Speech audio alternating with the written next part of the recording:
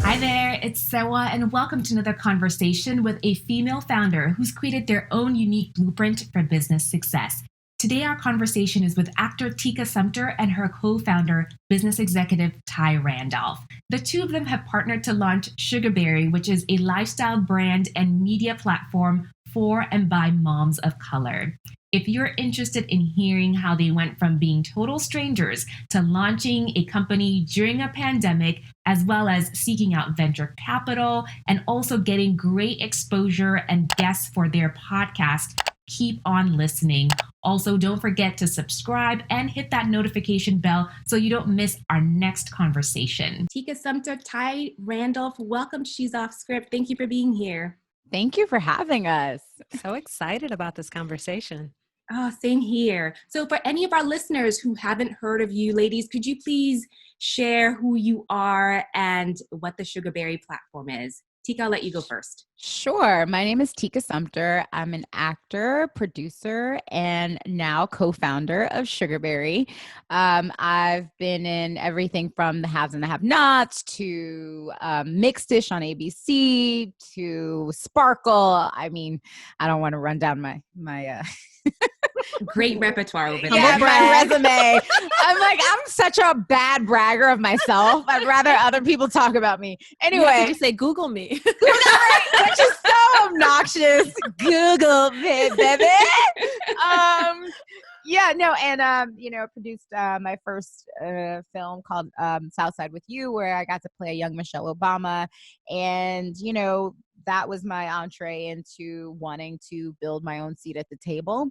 And this is where I co-founded SugaBerry with Ty Randolph. 3.5 years ago, I was pregnant and I was looking for spaces where people looked like me and was able to relate to some of the things I was going through, and also just product recommendations and all these things. And I felt like there was just an onslaught of, white faces in these places, not to be Dr. Seuss, but yeah, there was an onslaught of these online platforms, and I just didn't see many of us, or if I did, I had to search. And even then it wasn't really what I was looking for. And so I didn't understand why. And I was like, I'm going to create this thing. And then before that, I was like, let me bounce it off of somebody who actually has been in this space and who's very smart and marketing and runs companies and has scaled before. And this is where I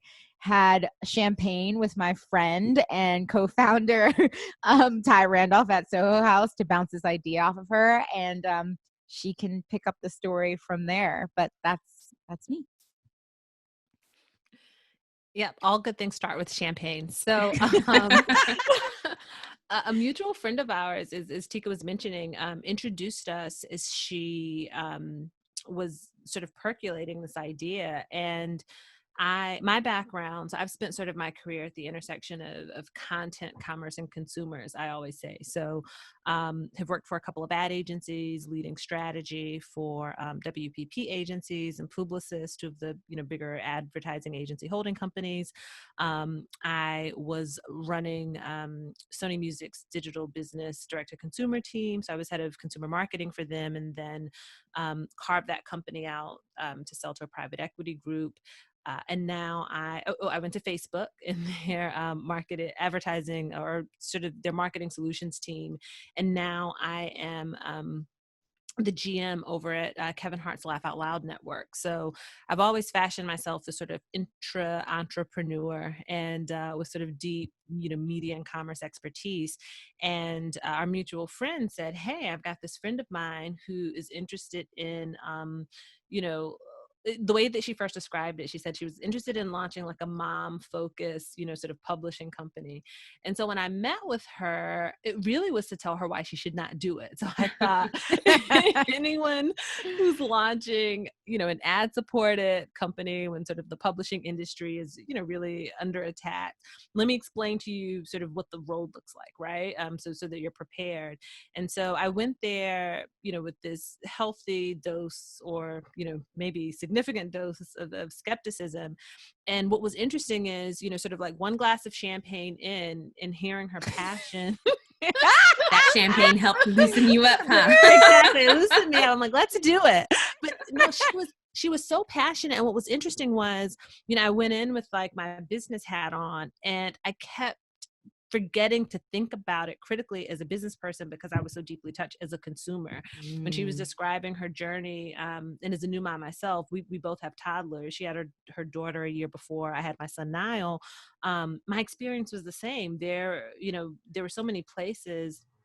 We often talk about having to mine other people's spaces, for information that was relevant to us. And so, here we were, sort of like career focused, upwardly mobile Black women with very different backgrounds, but still finding the same, that there was no places carved out to cater to modern moms of color. And then after just connecting with her on like a personal level and having this idea resonate with me personally, I went home and started researching and was like, hey, you really have something on your hands. Because what I then realized is, okay, so Black folks are controlling $1.2 trillion or wielding $1.2 trillion in purchasing power. The Black mom is the gatekeeper for that spend, and there was literally no company that existed in service of her. And so I thought, not only were my spidey senses telling me as a consumer, I'm identifying with this, and that's what we're hoping that all of our audience feels, but that this was just a really, really good business idea. And that was the beginning of SugaBerry. I love that. I love to hear people's Genesis stories. So Tika, for you, most of us probably do recognize you from the roles you played on television and on the big screen. But I also wonder, how do you think your upbringing positioned you to take a leap into entrepreneurship, and then now into acting, first of all, and then now into entrepreneurship? I think it's kind of always been something I've been sitting on. I mean, my dad opened, bless his soul, I feel like I'm his his dream realized, to be honest, because he opened like this little fish shop, in Brooklyn, where him and my mom got married, and he opened this little fish shop, and unfortunately it didn't work out, but his heart and soul is in it. And I think he always had this spirit inside. He just didn't have the tools or somebody to really direct him to be successful in that way. And so these kinds of things, even when I didn't have the tools of my own, I always wrote down, and like, whether it was producing or whether it was I had a million ideas. I just didn't understand how to completely execute them. And so I knew eventually I would get to a place, and now I am. So I feel like my upbringing of like, between my mom, who like literally never gave up on us and herself and was consistent and persistent, I feel like I got some of that. And then I also got some of my dad, who, was always trying to do more for us. And I'm now here, and he's in my spirit and my flesh. So. Oh, I love that. So Ty, looking at your career path, you've worked for some pretty big corporations, some heavy hitters. How would you say your transition to working with Kevin Hart's Laugh Out Loud network prepared you for, or maybe even opened you up to the idea of entrepreneurship? Well, that's a good question. It's one I've never got before. It's interesting because I remember being at, there were a couple of moments. I think that I've always had, this desire to be able to design, right? Whether it would be systems or business models or opportunities. And so, it's interesting. There are all sorts of entrepreneurial opportunities that exist within companies too. And so I think a lot of times folks say, if you want to start something, you think you have to sort of, put a flag in the sand and do it on your own. And while that has been an incredibly, gratifying experience with what I'm doing with Tika, I think, I got my training wheels doing that inside of other companies. And I remember having one of my my boss, who's a mentor and now a good friend of mine, asked me when I was at VML Y&R, the agency, and they said, well, you need to decide if you're going to be an inside guy or an outside guy. And what he was referring to was like, do you see yourself more at that juncture? We were talking about career paths, and he said, do you see yourself more as COO or CMO, right? Like, are you the person who's, the front and face and sort of evangelizing the company? Are you making the trains run on time and making this all make sense and money? And my response was both. Well, at first I didn't respond. Like, I was kind of challenged by having to choose and balance right and left brain, in that way, like that you had to pick a path. Mm-hmm. And I think most of my career has been about either changing lanes between the two to ultimately trying to find a path where I could seamlessly, fuse the two, which is what's been really great about SugaBerry. And in many ways, so many of my entrepreneurial experiences began from entrepreneurship at Sony with their digital business group. My boss there had been a serial entrepreneur before coming in-house.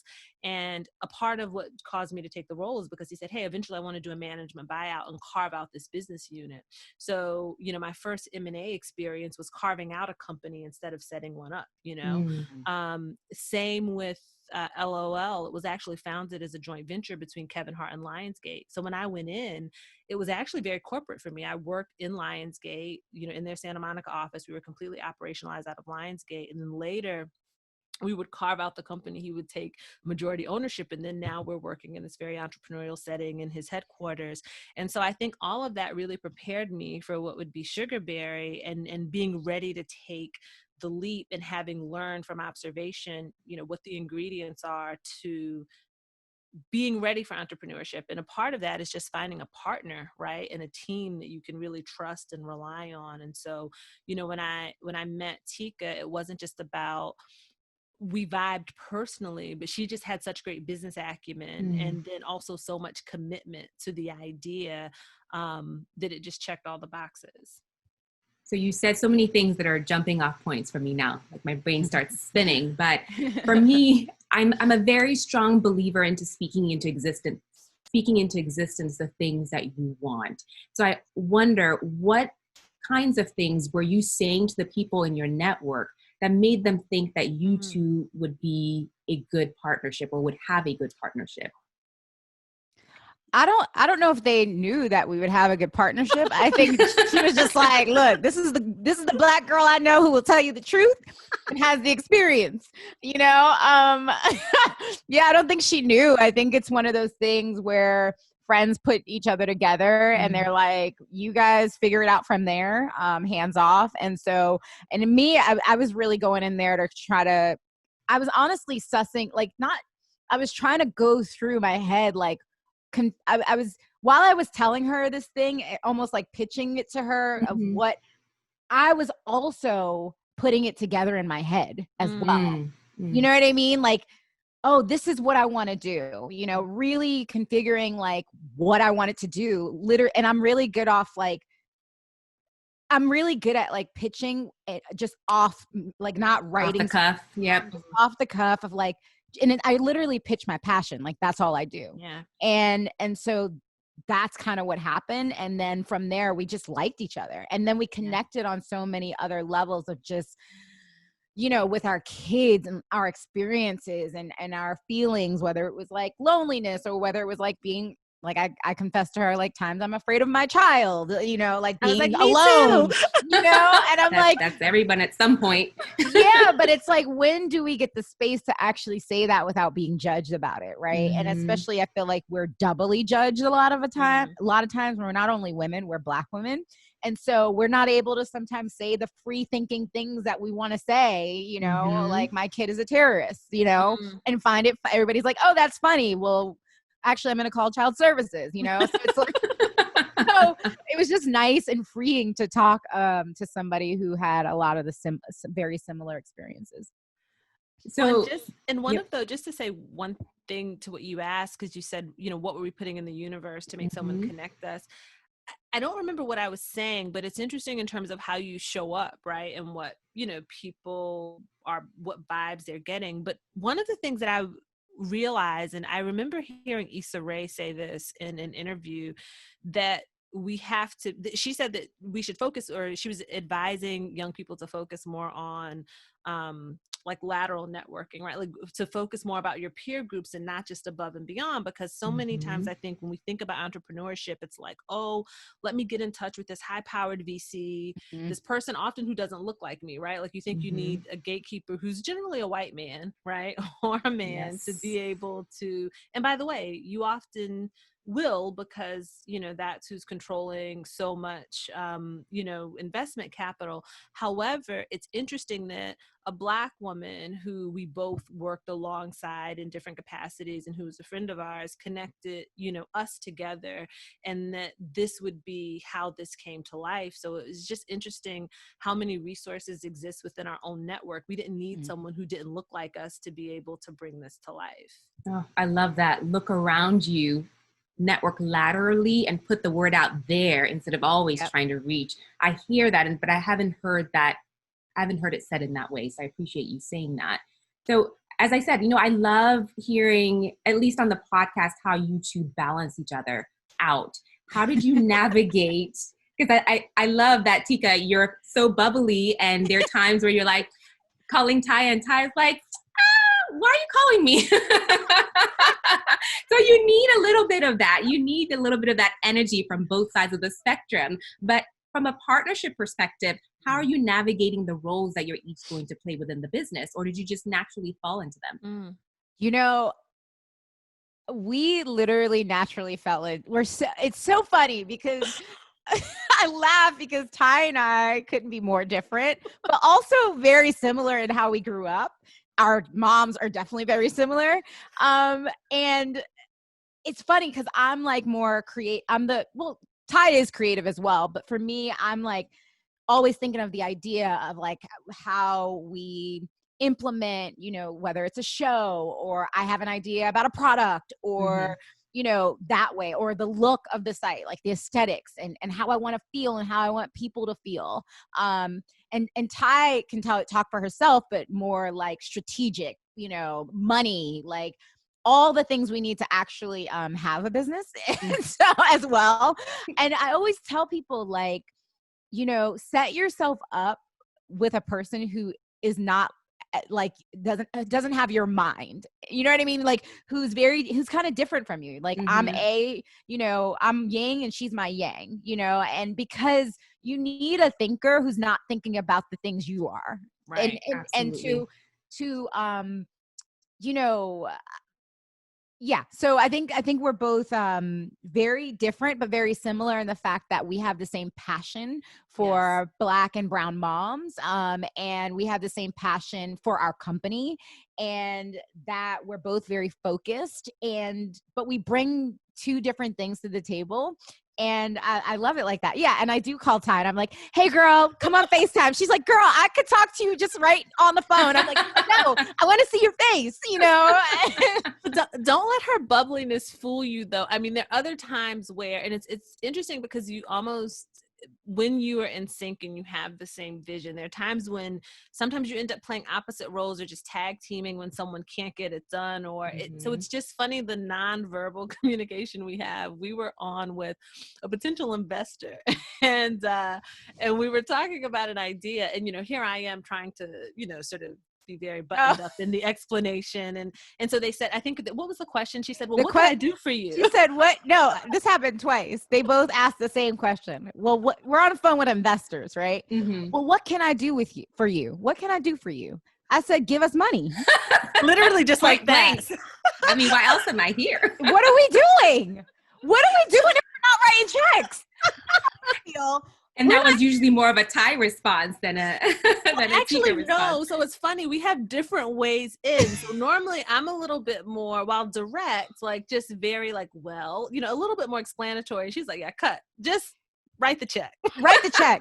And they're I'm like, what she said then. You either want to or you don't. What are we doing here? No, exactly. Like I slice through, and sometimes I try not to, because I don't want to seem unprofessional, because Ty's all like, let me tell you something. Ty is one of the smartest women I have ever been around. And when likewise, whatever. Well, when she speaks and when she's in these VC meetings are definitely an art. And Ty knows what the hell she's talking about. Okay. Period. Point blank. Nice. And I never want to come off as like, excuse me. So we're not them. We're not this company you're comparing us to. Right. But now I'm just like, well, what are we doing? Like, if we're not talking about the thing, you know, like we explained everything. We explained all your fears away. Yeah. Now what? Well, and that's a boldness, right? Some of that, I mean, so much of, because, you know, your podcast is all about taking the leap, right? Like, I have to say that partnering with Tika over the last year has really emboldened me in a way that I don't think, because what you do get used to, and I'm sure coming from a consulting background, you are probably accustomed to having to package yourself, right? Like most Black women are. You're always trying to triple explain, to, you know, objection handle before the objection comes up. You're always trying to overqualify yourself, right? Not just qualify, but overqualify yourself. Absolutely. And I don't know if it's just the skin that you develop with acting and auditioning and producing, but there's something about Tika that, and it's fine to have a partner who you say, I admire this and want to emulate this about you, where she's just take it or leave it. This is happening. You can't convince me this isn't. And that's quite frankly just like a prerequisite to building a business, especially in this sort of economy. And, you know, I really, you know, tried to borrow and glean that from her. It's been a real booster of confidence and a reminder of capability to be partnered with someone like her. So speaking, I know, right? I love it. I love the love fest. And that's how you know that you guys can weather the storms, right? That at least on a human level, you're compatible. Yes. So, but speaking about the economy and the times we're in, the word pivot is something we're hearing very often. And I know after a year or so of working on this business, you plan to launch this year right before California went on lockdown the first time. Girl. So what was your initial launch plan, and how did you have to pivot it so you could still see a successful launch? Woo! Let me tell you something. This is going to be part of the book, the story. She's off script too, how I built this, like all of it. Because we launched literally I think the day before was quarantine lockdown. Like no, you're not allowed, everything's closed. And, you know, part of our plan was like experiences and like in person, you know, whether it was video or filming, whatever it was like, no. And there were a lot of disasters happening behind the scenes with our site. And it was just like, all I kept saying was, God, was that you talking to me? Or was that man named Lucifer? You know what I mean? Like, so like, I was literally like sweating. Cause not only that, it's like my own, you know, ego, whatever. I'm also like, I'm an actor, and we made an announcement in a real trade that that we're launching this company. And so we both, and even Ty is in the business, you know what I'm saying? So not only that, we wanted to, it was just a lot of situations that we had to overcome, including like, oh my God, are people going to want to come on our podcast? We didn't have, we just started that, like really just started it. And so, it was just a lot of things that we had to overcome, but it's crazy. Forcing everybody inside also forced eyes to be on us and forced, and it also granted us a lot of access to guests. And it also made us really be so super focused on who we are as a company and get it together. That we've had so many incomings now, you know, whether it's VCs interested in hearing about us, whether it's bringing on strategic partnerships. It's just been, it's God, nothing but God, and our like, hold on to the horse and keep riding mentality. I love that. I've heard similar things from a lot of people who were focused on the frills and things that were not important. And this lockdown took all of that away to the point where they had to really focus on what was important, whether it was family or whether it was what to knock off their business so they can focus on the core of their businesses as well. 100%. I mean, I think I was so sick when we launched. I recently got tested for antibodies. I didn't have them. I actually thought it was COVID. I mean, I could not breathe, so much so that the day that our site was going up at about 5:00 in the morning, I want to say, I texted Tika and our GM Blair and said, guys, I got to tap out. I don't know what's going to happen, but I can't do this. I couldn't breathe. I was on a nebulizer. And so it just felt like, to Tika's point, we were swimming upstream at that moment.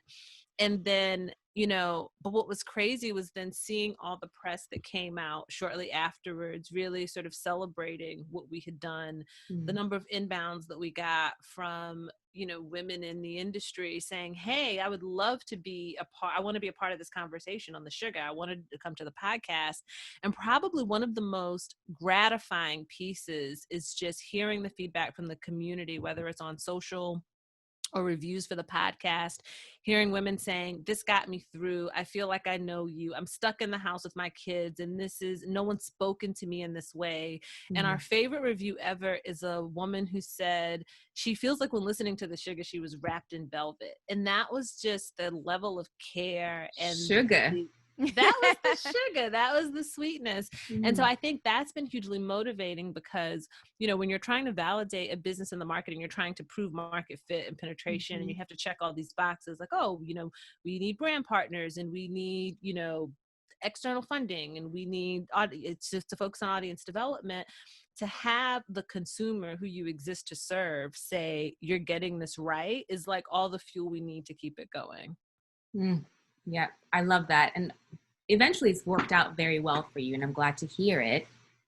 But I have to tell you that as a woman who is in your target audience, I love how relatable your content is, just like the lady who left you that review.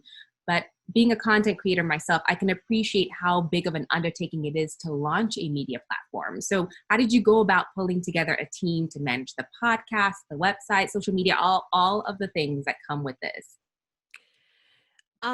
So it's interesting, and Tika can chime in, but again, about that lateral networking, I think most of the people who we've brought on have worked with us in some capacity or have become through a referral of some kind, right? And so we really leveraged our community, and it's especially what's unique about this. You would think, it's very easy to get someone to work on something that's a celebrity-driven venture. Having worked on another one, though, I actually think it's the opposite. I'm very cautious of who I bring into the fold. Tika's all like, I'll talk to them. I'm like, Tika, no, you're not going to get on this call. Oh, no.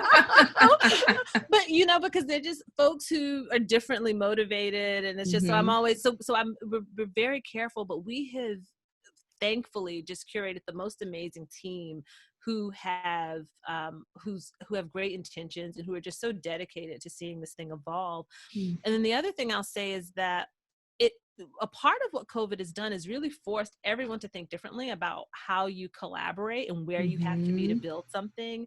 We've got team members in Australia, in Miami, in New York, many, folks in LA. And then the other piece is we really tapped all of our network. I will say when you are thinking about launching a venture of any kind, you really need to be prepared to tap every single resource that you have at your disposal. And whether it's been Tika's talent agency or, resources who I've worked with via LOL, strategic partnerships, brands who I've done deals with, we try to bring all of them to the table in support of this. You build up a reputation in one side, on one thing, and then you say, hey, trust me for this endeavor. So, and then strategic partnerships is important. I will say to anyone building anything, I'm very focused on, there's always this build versus buy kind of decision. Do we have to build it from scratch? Can we buy it or license it or leverage a partnership? And we've tried to be smart about leveraging partnership. A part of how the Sugar has scaled has been via our partnership with, Stitcher and Midroll, who was just recently acquired by SiriusXM. They do a lot of the heavy lifting behind the scenes to make that happen. So anytime you can leverage someone who has an expertise and partner to scale, I would recommend doing so. So how did that partnership come about with Stitcher? And really, I hear your decision to partner with them versus go independent, but what benefits have you seen come out of that? Right. So it started with, I'm grateful that I'm with WME. When Ty and I came together, we were like, we kind of had this idea. And then I just pitched it to who is our producer, Tiffany Spring. She was brought to us through WME. They thought, oh, this is a really cool idea. And Tiffany, in a matter of the first 3 minutes of saying what it was about, she's like, I'm in, like, I want to do this.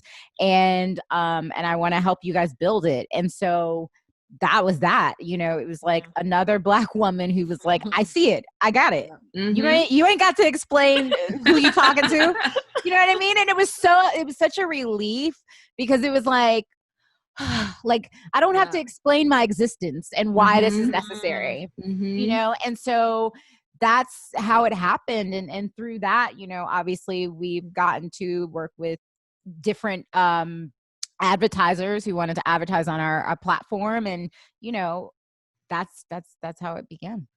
And they've helped us scale. I mean, when you say the difference between doing it independent, one of the things that we were both focused on, because we were both listening to a lot of podcasts at the time, is like, we're like, the ones that we like have structure and focus and aren't just rants. And so we were very big on having a POV and it being sort of, setting consistent expectations for the listener, which is what we love about your podcast too. I mean, it's just so well done. But, trying to build a company, both having other full-time jobs, it's difficult to go through all the logistics. So the idea of having someone to seamlessly produce things, to handle the ad sales, to give you a complete run of show when you walk in, you can have a meeting with and share a bunch of creative ideas, and they turn that into, they execute that, I think is really important. And I think for those who are doing it independently, my advice would be, listen to some of the ones that are done, professionally, and structure it after that, because half the battle is just, the structuring. So, So, Ty, one of your biggest hesitations you mentioned when Tika initially shared her idea with you was that the market for ad-supported media businesses was oversaturated. So, although your personal connection kind of warmed you up to the idea, first, why was that a concern for you going into a new business? And really, what changed your mind enough to move forward? I know you went back and did some research, but really, what was that turning point for you? Sure. So, I mean, I think what was when you, so I've been on both sides, right? So I've been on the side at an agency where I'm responsible for buying ads. I've been in a place where I'm selling advertisements for one of the largest advertising platforms in the country, right? So if I'm at an agency, I'm helping companies like Colgate-Palmolive and Revlon and, Toys R Us buy ads to advertise their products. If I'm at, Facebook, I was working with huge agencies and figuring out with their CMOs or their chief media officers what their clients' investments look like in platforms like this. And then, at LOL, we work very heavily with brand partners to subsidize and support and sponsor our content.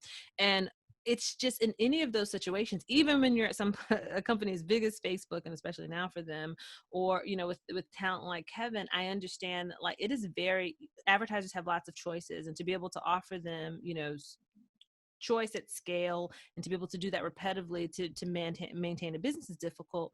And then when you look at a lot of the media first organizations, right, the traditional publishers, one of the things you constantly hear is that they're trying to pivot away from just advertising, right? So they're trying to diversify their monetization.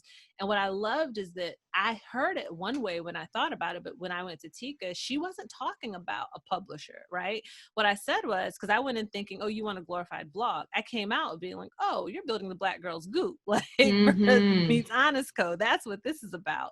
And that to me felt very different when we talk about content-driven commerce, and when we talk about super serving an audience and really surrounding that consumer with the tools, the practical tools, and using, editorial in service of commerce and making that very actionable. That was different. That's when then you start to benchmark the business models differently. The benchmark is Goop, the benchmark is Glossier. But what you will notice is that I didn't mention any companies that were catering to Black women in that way, because there were none that were following that model. Further validated by the fact that she didn't just say Black women in general. She talked about Black women at this life state where they were most affluential, right? And where they wielded the most spending power and were motivated to spend the most, And so then to do further research and realize that we were only growing in influence. We are the fastest growing segment of entrepreneurs in this country, one of the fastest growing segments of advanced degree holders. And then the catch for me was when, there was there's a report that Nielsen did that really blew me away, which talked about Black women's purchasing power, particularly in women of color. And when I found out that women of color accommodate for 40% of all baby food purchases, that Black women outpunch their demo composition for purchasing lotions and hair care products. So we're over indexing to such a degree. And then we look at case studies like a Red Table Talk or an Essence Fest, where along that entire business model, we have had such wide general market influence that then I said, it is just crazy that no one's filling this space. And if we don't, someone will. And so then I felt very differently, because everything that I say to you just now is what we say to advertisers. Who else is providing that level of access? And that makes me feel much stronger about the idea. And not only that, but we're not just focused on advertising. We have a very diversified business model. So Ty, keeping that in mind, when it came time for you to pitch VCs for funding, how did you position your pitch and how did they respond? Tika, do you want to start? Okay, Tika, let us know. So here's what I'll tell you, like what I know now, and then also what it's so weird because I've never been in a VC pitch before. And it was the very first one was like, I was an exotic animal and they've never seen me before in my life. Oh no. Like it was just like, couldn't get past that, like 3 Black women were sitting in there talking to them about a business, right? Yes. Still very much so. And having to really over explain why there is a market, right? And I think all the things that Ty has said already, like we have a business plan, and not a business plan, but we have different forms of monetization and how we're going to execute that and how we're going to accelerate the process, right? But what I think I've learned, you explain all these things, and what I've learned is I'm not going to give you all my information anymore so you can take that as intel to help one of your other businesses. Because that's what I'm learning is happening. And it's crazy because while I'm so happy that, people are now paying attention to Black mothers in some aspect and writing articles about them. And I feel like the more the merrier. But there is something that happened, and where I felt like when we launched, there was more of it, which is great.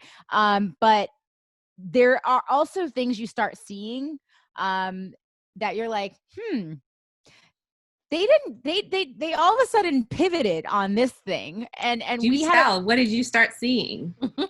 Just some of the same stuff we talked about, coming out, on things that they have invested in.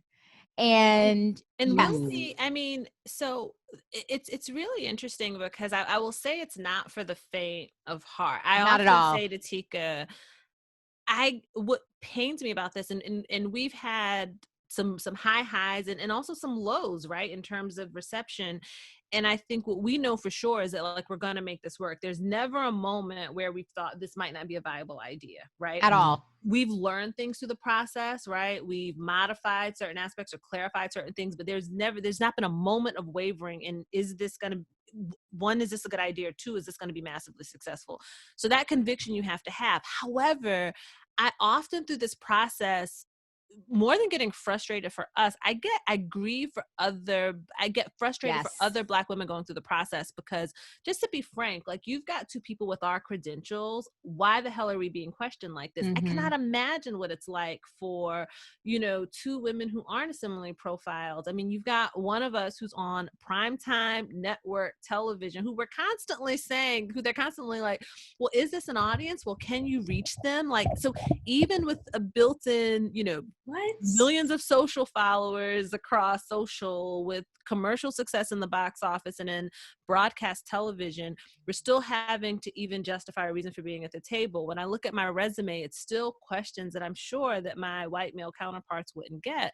And we literally, not figuratively, are going to write a book about this experience and are looking into, in real time, creating a video franchise around the actual founding of this company. And the reason why is because everyone wants to talk about after the fact, but we want to make sure as it's happening, before we can package it up and sanitize it, that we capture the emotion and sometimes the hilarity of what's going on. The description that she brought, we walked into a VC's office. First of all, we were the only Black people there, or the only people of color in the entire office. And I think we might have been some of the only ones they'd seen in person because the spectacle was oh so no. bizarre. We walked out and I thought it was just me. Even the pitch was so bizarre. He was really intense. He stared really intently. I think someone must have told him that was a good way to connect with people. But anyway, we walked out and we were both like, what was that? It was so why do we feel like this? Like, what is happening? You already know before, during, after, this is just not going to go well. It's just not. We've also had folks come to us again, about the whole celebrity component, who would take meetings only to ask her to do something for their brand or their company after the fact. We've also had that happen with strategic partners.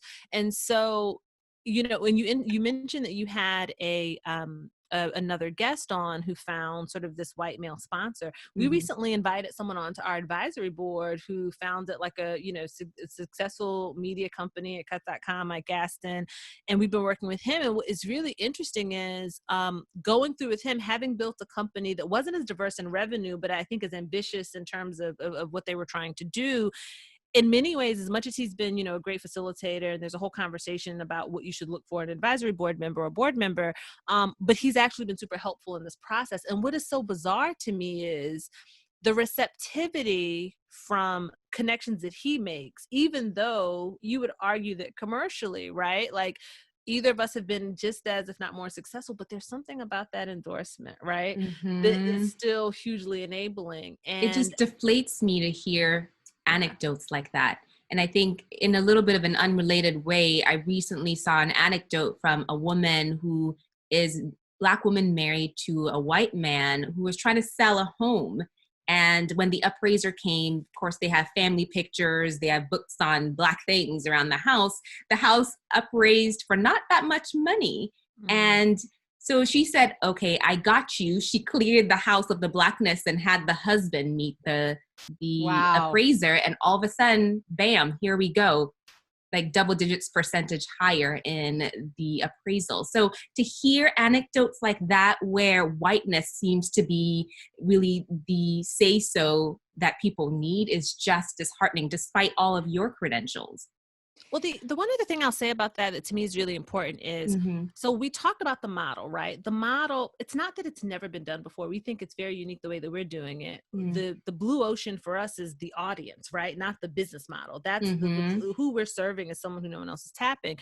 But it's odd because, so we'll go through this in-depth, we've had in-depth conversations about our content commerce, sort of like model. And then invariably, we've had many partners, investors, et cetera, rebuttal with a comparison to a Black company or Black companies that have nothing to do, like a company with a Black who has nothing to do with our business model. And I don't even know how to respond sometimes. Like, why did you pick that as a comparison? And it's because, to your point, there is this sort of bucket or box that you put all things Black or all things people of color. So let me check the multicultural box. And there's a lens, regardless of business model or opportunity, that you look through that with. And I think really the only way to upend that isn't about changing minds. It's about having representation on the other side, right? Like, we're really passionate about that, because even the podcast scenario is an example. Having a woman who understood the power of this audience, who understood how to market it, how to program it immediately within 3 minutes, that I get it. Like, I want this. I want you guys to go no place else, versus having to first qualify just the dynamics of who we are first with so many others. So I'm really interested in seeing more representation happen on the finance side, so that we're not talking to folks who can't identify with us. Absolutely. And that's what it's going to take. It's going to take more of us stepping in as entrepreneurs, which is why I do this, and more of us on the other side of the table, so that we can inform our peers on both sides. Exactly. So at this point, well, at this point, I think both of you ladies have decided to bootstrap the platform. Is that true? Or is that still the case? How do you think that's going to impact your plans for growth? Oh, we're going to get an investor. So that's going to very matter of fact, Faith. That's going to impact our plans for growth, and we're going to do brand partnerships. I mean, gratefully, you know, we both are in a position where, you know, we're able to put money into the company. And I feel like, listen, if I could put money and buy bags and all that stuff into other people's businesses, I am way more important, and so are our kids. So I'm going to invest in I'd rather put the money within us. But I can say it very matter-of-factly, we're going to get an investor, and we're going to get strategic brand partnerships that will help us accelerate, and we're going to get it soon. And the reason why, by the way, we made the decision, right, to fund the businesses, we were out pitching earlier on. And even when two things were happening, right? Either it's like, oh, there's not a market opportunity here, or, okay, we will support you, but we want to reshape this idea. And what we realized is, you know, I remember one day we left a meeting and we were like, they just don't get it. So let's show them, let's build proof of concept. And I will tell you, and Tika can attest, it's been a 180 in what those conversations have been like. The minute that they've seen SugaBerry, that they have been able to listen to the sugar, when you see the response from the press, it's really changed the dynamics, it's changed the leverage. And so I think versus, you know, when you're in pre-seed and you're just trying to say like, hey, let me share the vision in my head, or let me make it real from you off of a deck, it's very different when you're looking at the beginnings of this company in real life. So I think it's given us one more leverage, but also I think it's given folks a more tactile point of reference to what this is. So how much of your own money have you had to invest to get to the point where people, quote unquote, take you seriously? And I have to tell you, the reason I ask is because people see you and they see your celebrity, and they see maybe the deeper pockets that come with that, and they think that they're excluded from what you've been able to accomplish. So what did it take financially?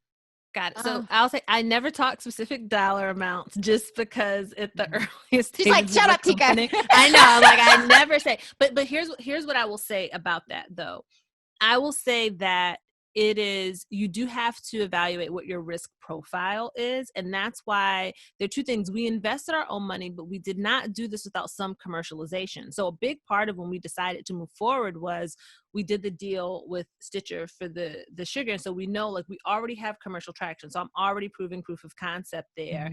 And so that was really important. And when I tell you, you know, like what we've spent the money on, a lot of things that are, you know, when we do things certain ways too, because of the profile of the person who's at the helm, which, I mean, even when it comes to sort of like how we've invested in legal versus someone who, if you're starting up a new business, like LegalZoom probably would have been, you know, sufficient for lots of these things, in terms of how we built a platform to be scalable when someone else might have done it on Squarespace, you know? So I think I wouldn't let that number be the barrier to entry. I think I would focus more on the concept of an MVP, right? What's the minimally viable product that you need to bring to market to show proof of concept and to show market fit and penetration? We knew that folks were having a hard time understanding that this could be a multidimensional, you know, sort of, content-driven commerce platform, right? So we first needed to showcase how this was different brand-wise, because everyone compared us to brands where we were not aligning ourselves with, right? So we needed to show the beautiful, elevated way in which we want to show up in the world.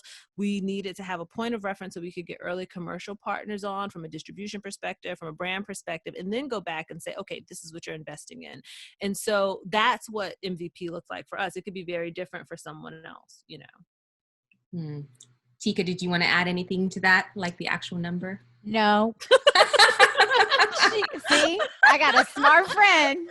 I was like, that part right there. I had to try. I know. You're doing your job. But I will tell you this. So when I first heard of SugaBerry, I was most excited about all the possibilities for your original video programming. So what can we expect the rollout of video on your platform to look like, and how will it be delivered to your audience? Because I know, Ty, when you said that you want to document your process and your progress in video format, I thought if you guys have seen There's a Gimlet podcast, I think that's called Startup, where they documented the launch of Gimlet, I believe it was. And I thought that was very interesting. It took off like wildfire. So how are you planning on rolling that video component out? Yeah. So right now we're in talks with a few production companies that we're going to have some long form content, whether it's on like the Netflix or whatever that looks like, or and then there's going to be stuff like on a Facebook Watch kind of thing. So we have a ton, and then some of it's just going to live digitally on YouTube and like across those kind of platforms. But what I will say is, I won't give you any like what exactly we're doing, because we know how that goes. We know how that goes. All of a sudden it pops up tomorrow and we're like, what? And so, but what I will say is, what I love about us is not only our passion, but our vision and the ideas. Like, what I want to tell your listeners is the ideas, nobody can ever take that away from you. Even if tomorrow somebody comes up with a business that you wanted to launch, like literally nobody has your thoughts of like exactly how you're going to do something. That's why I'm never worried when I see things and I'm like, oh, that looks like it was from our site. But like, no shade, but I'm like, oh, that's a great, that's great. Somebody likes our stuff. And so, but what I will say is I'm so excited because I even give ideas away sometimes to other people who come on our podcast. I'm like, every week on the Sugars, you walk away with the business idea. The after show is Tika saying, here's what you should launch. Literally, and the ideas are so good. I'm like, Tika, we could have done.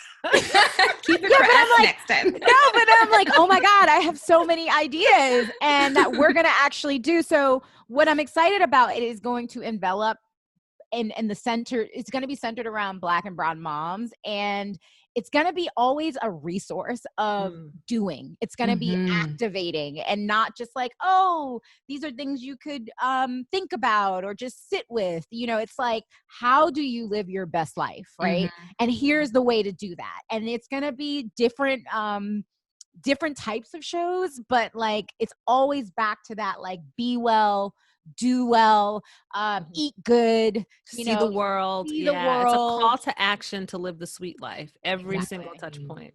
I like it.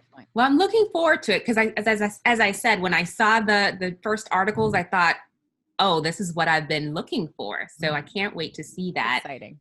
But at this point, Tika, I know HBO Max recently picked up a show that you worked on with Kay Oyegun, and then Mixed Dish got picked up for a second season. Yeah. How are you balancing acting, family during this pandemic, running a new business? And I want to hear the same for you, Ty, because you're also running a whole other business. So how are you two balancing all of this? I don't believe in balance. Like, I don't think it's happening. But I will say this, I really love everything I'm doing. Like, I'm obsessed with, like, Nick sometimes is like, he's going to bed and I'm like, he's like, what are you doing? Nick's my fiance. And he's like, what? He's like, this is why you are doing what you're doing. Like, you're amazing. He's always just like, how are you up? It's because I love to not only serve, but my mind is just like full of ideas. And it's almost like, I don't know if you guys have seen Hamilton, but it's like that song, like, why does it feel like you're running out of time? And I feel like I just don't have enough time to like put out in the world all the things that are like, I feel like my ancestors literally haven't been able to do. And I haven't had the access or the opportunity. So I feel like now is the time. And so it makes me excited. I genuinely love to do it, that I have to figure out hobbies, because I'm like, oh my God, I'm going to go online and like think about stuff we need to do for SugaBerry, or like I need to pitch or da-da-da. And I'm like, no, find a hobby, girl. Find something else. But I genuinely love it. And is it sacrifice? Yeah, for sure. But it is what it is. And I'm happy where I'm at. I like what I do and I like how I do it. And I feel like that is success. I love it. What about you, Ty? Yeah, I mean, I think what Tika said, I think that passion is an accelerator and an expander of capacity, especially if you apply that passion and you have some success in an area. And I say that because before I had my son, long story short, once I had him, my fear was whatever I didn't achieve was going to be much harder to achieve now. Right. And it's interesting because though, when you have this little person and then you become like really focused on making sure that they have the best life, and you start to understand that you have to feel really good about yourself to make them feel really good about themselves, then all of a sudden it becomes a priority. It's like, oh, I had no time during the day, but I get more done now that everything has to be scheduled, or that that it's time sensitive.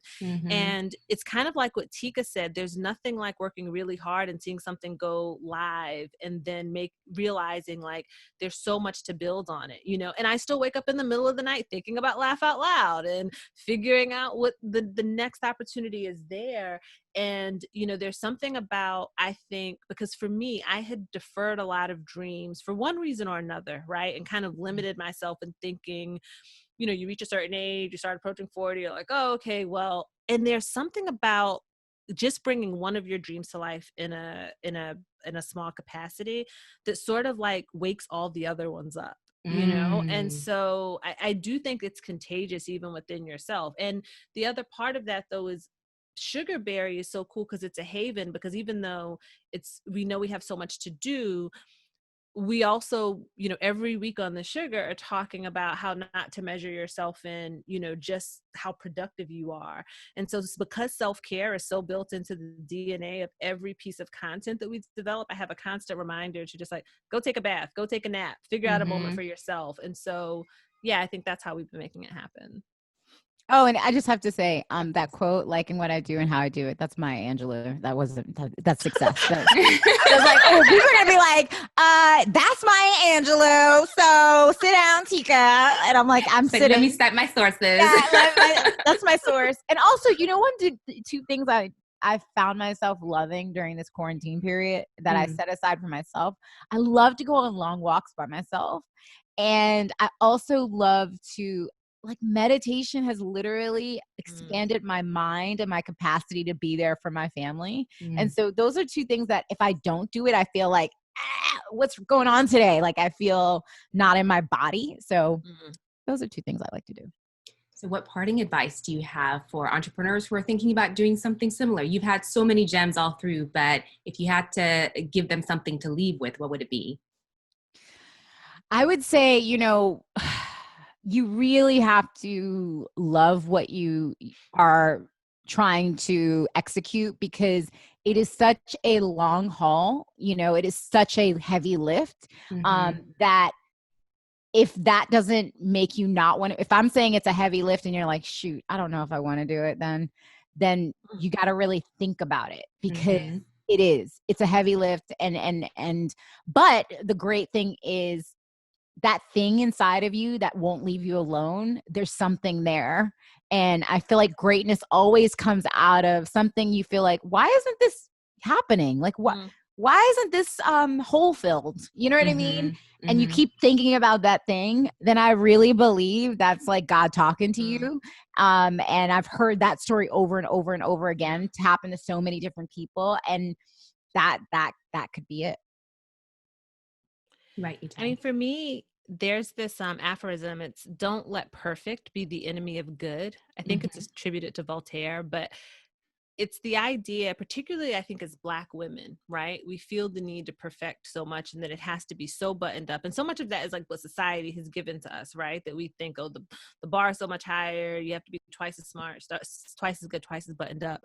But and for me, it's been that paralysis, right? Particularly on an entrepreneurism perspective. And even in entrepreneurism, it's like, I got to get everything so perfectly packaged so that nothing can be wrong. And understand that something's going to go wrong and do it anyway, because it's the doing through which you will perfect it. So I just want anyone who's listening who is nurturing an idea or have been beating it up or thinking about it. And it doesn't even have to be, a new business. It could be a book or a podcast or a poem or a community initiative. Like, just do it, right? And even if you do it wrong at first, you can always do it again.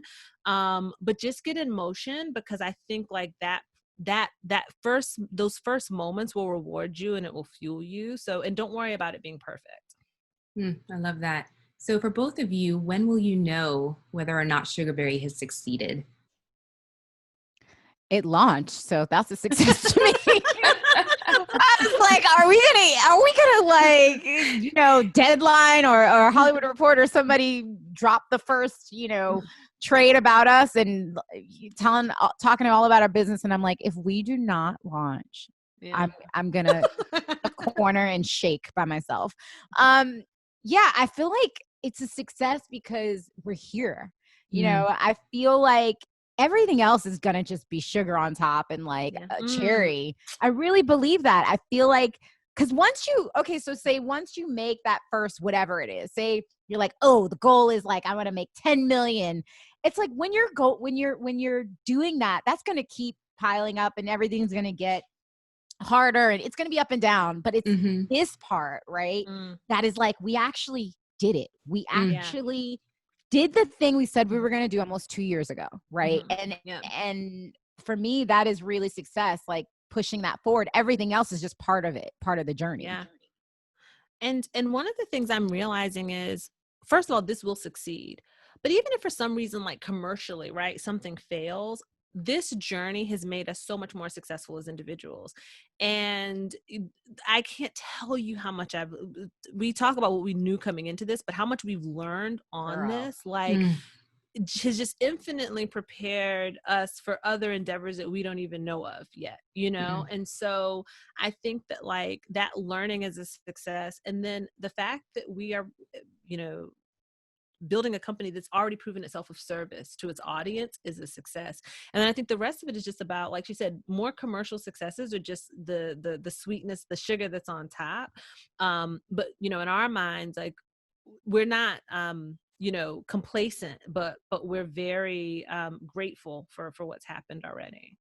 So for anyone listening now that feels like the sugar is just their online home, where can they find you? How can they follow? How can they support? Yeah. Well, you can follow us at SugaBerry.com. You can go on there. And then also on Instagram, we're at the SugaBerries. That's our community. And then that's on Instagram. And then also on Instagram, I'm at Tika Sumpter. And you can find us on wherever you listen to your Apple, whatever, Stitcher, whatever platform you listen to. You just look for the sugar. SUGA, like give me some sugar. Love that. Ty, what about you? Yeah, all those places. And I'm at Ty Randolph, THAI, on all social properties. So yeah. Great. Ladies, thank you so much for your time. This has been all of the juice and the tea. I really appreciate it. Oh, thank you for having us. This is amazing. You're a fantastic host. Thank you so much. I appreciate it. Thank you. If Tika and Ty's story has inspired you to launch your own business, consider joining Boss Off Script, which is our business building membership community. You will get live coaching, resources, and the support of a community of founders who are also building a business alongside you. To get more information and to join, you can go to sewa@jpelly.com/community. I'll have all the information for you in the description box. Also, if you're interested in hearing the audio version of the She's Off Script podcast, it's available on iTunes, Spotify, anywhere podcasts are available. I'll also have that for you down in the description box. All right, with that, we'll see you back here for another conversation with a female founder who's creating their own unique blueprint for business success. Don't forget to subscribe on your way out.